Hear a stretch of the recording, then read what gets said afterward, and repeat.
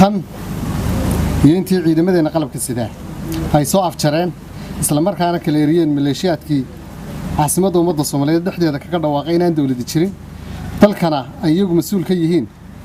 waxaana soo gaadhayay waraaqo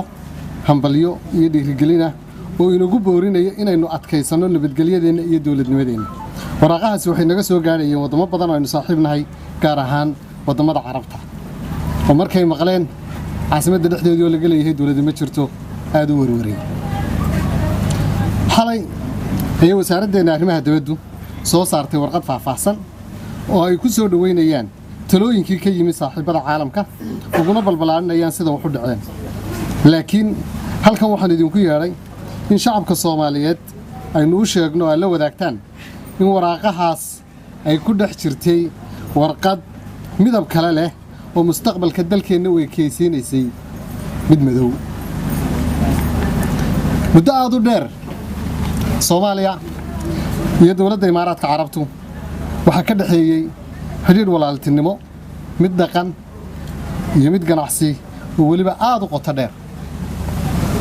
xiriirka labada dal iyo labada shacab waxa lagu tilmaami jiray walaalihii runta ah dadka Soomaaliyeed waxay muddo dheer u hayeen dawladda Imaaraadka Carabta iyo shacabkeedaba qadarin aad iyo aad u weyn ilaahay ha u naxariisto Sheikh Zayed bin Sultan Al Nahyan wuxuu ku qornaan jiray qulubta shacabka Soomaaliyeed aadna way u jeclaayeen sababtoo ah weligood wax dhibaateynaya kuma sameyn wax taraya mooyaan iyadoo waxa soo dhimi jiraan haddana muddooyinkii ugu dambeeyay kadib markii madaxda dawladda Imaaraadka u qaabilsan arrimaha dibadda ay u dhaqmeen si aan ka turjumayn walaalnimadii soo jireenka ahayd ee shacabka Soomaaliyeed iyo dawladdoodaba waxa galay shacabka Soomaaliyeed iyo dawladda Soomaaliyaba waxa galay shaki ah oo inay isweydiiyaan in Imaaraadku la jiraan iyo inay ka jiraan ummadda Soomaaliyeed habdhaqanadoodii dulqaad iyo ilaalinta walaaltinimada ayaa dawladda Soomaaliyeed ku khasbay inay markasta wanaajiso xiriirka labada dal si kasta oo loo tuhmayay oo loo tabanayay oo ay wuxuu muuqdeen haddana qadarinta walaalnimada iyo taariikhda iyo xiriirka ayaa dawladda ku khasbayay in ay ilaaliyaan wanaagga haddaba maanta waxa dawladda Imaaraad ka soo baxday warqadda aan kor ku soo sheegay midabka kala lahayd oo aan meel la ka waafaqsanayn xiriirka diblomaasiyadda qaynuunka caalamiga walaalnimada labada wadan iyo dhaqanka Carbeed ee ku dhisan is-ixtiraamka warqadda Imaaraadka waxa ka muuqda inaysan aqoonsanayn dawladnimada Soomaaliya oo ay dawladda inkarayaan taasoo abuuraysa in hadalkii halkan laga lahaa dorhaad ay ahaa dawladda ma jirto iyo warqadda dawladda Imaaraadka ka timi ay isla socdaan warqadda waxa ka muuqda in Imaaraadku uu ka rabo Soomaaliya inay noqoto sida Yemen iyo Liibiya oo kale oo ay ka abuurto fawdo iyo barakac waana waxa shacabka Soomaaliyeed ka feejigan yihiin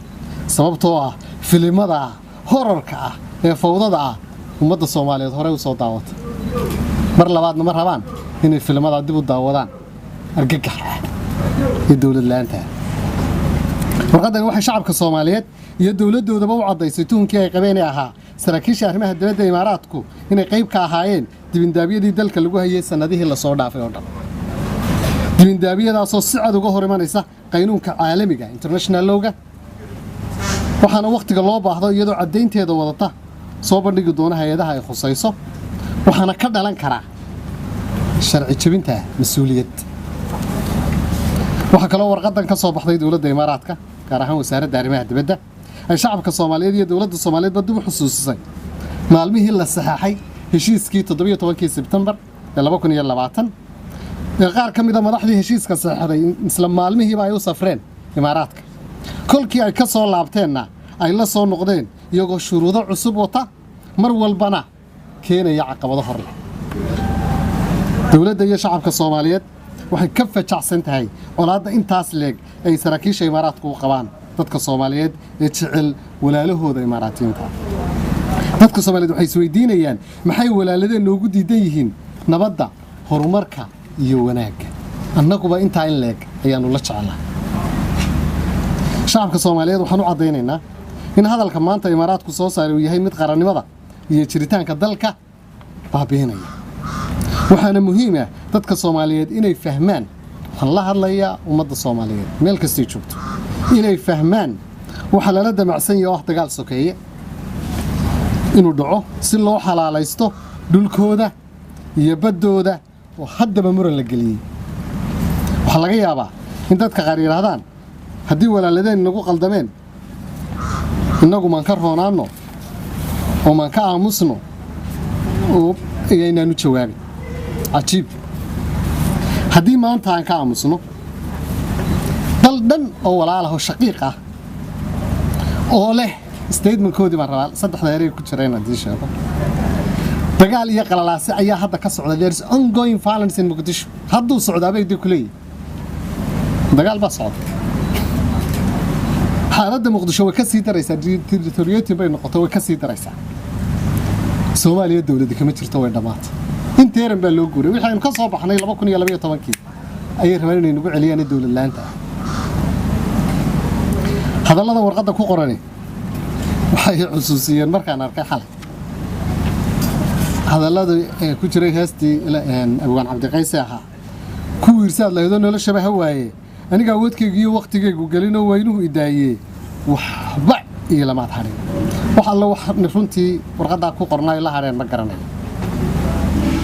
aniga awoodkayga iyo waqtigaygu galino waynuhu idaayay waxba iyo lama tarin dagaal iyo qalalaase ayaa ka socda xamar bay dhaahdeen xaaladda Muqdisho way ka sii daraysaa bay dhaahdeen Soomaaliya dawladda kama jirto ay dhaahdeen haddii aan waxaas ka aamusno soo jawaabtu noqon mayso xigmadii Carbeed ee oran jirtay as-sukut calaamatu rida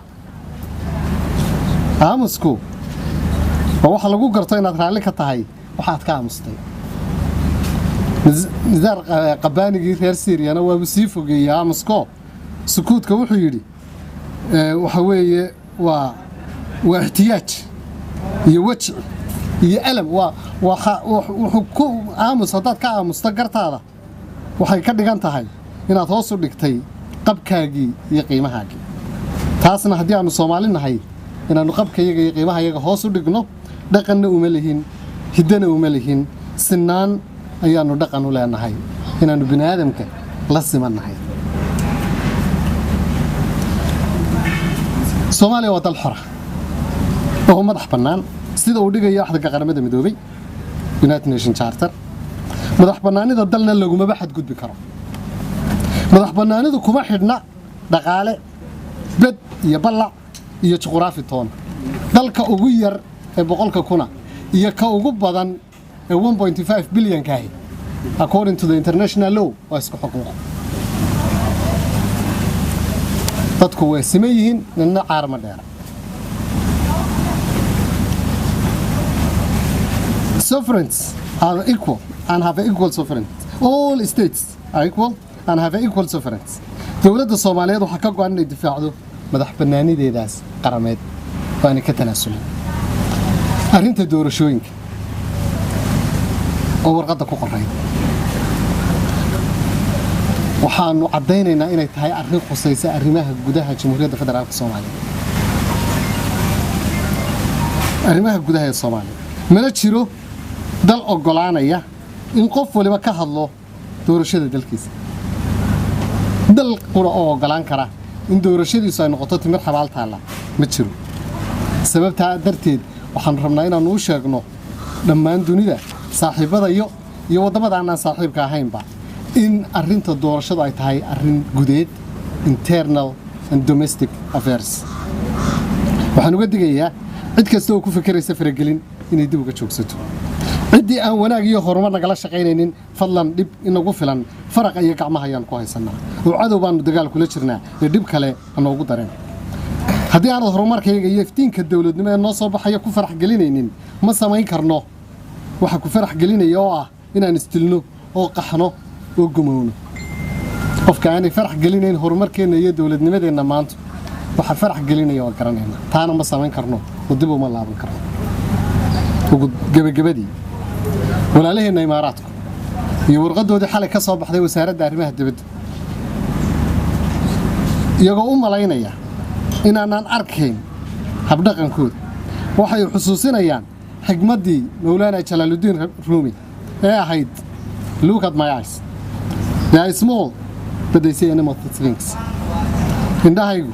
way yaryar yihiin laakiin wax badan bay u jeedaan. Waxa laga yaabaa inay isleeyihiin Soomaaliya waa dal soo koraya oo soo dhismaya soo kabmaya laakiin wax badan ayaa inoo muuqda oo aynu jeednaa. ugu dambayn iyadoo waxaasoo dhan lagu sameeyey annaga oo ah dal iyo dad ka soo kabanaya burbur iyo dhibaatooyin dagaal oo aan rabin inay dib ugu laabtaan jidkii foosha xumaa waxaan dawladda walaalaha ee Imaaraadka ka rajaynayaa inay noo fasirto hadalka gefka ku ah qarannimada iyo jiritaanka ummadda Soomaaliyeed khaladka ay gashayna ay ka cudur daarato marhabno kelmadeeda ugu dambaysa u fiirsan marhabno in jiilasha soo socda ee Carbeed aynu uga tagno godob iyo taariikh madow oo dhaxalsiisa inay noqdaan qaar aan isu hiilin oo isnacab marhabno in jiilasha soo socda ee Carbeed aynu uga tagno godob iyo taariikh madow oo dhaxalsiisa inay noqdaan qaar aan isu hiilin oo isnacab aad iyo aad baa u mahadsantihiin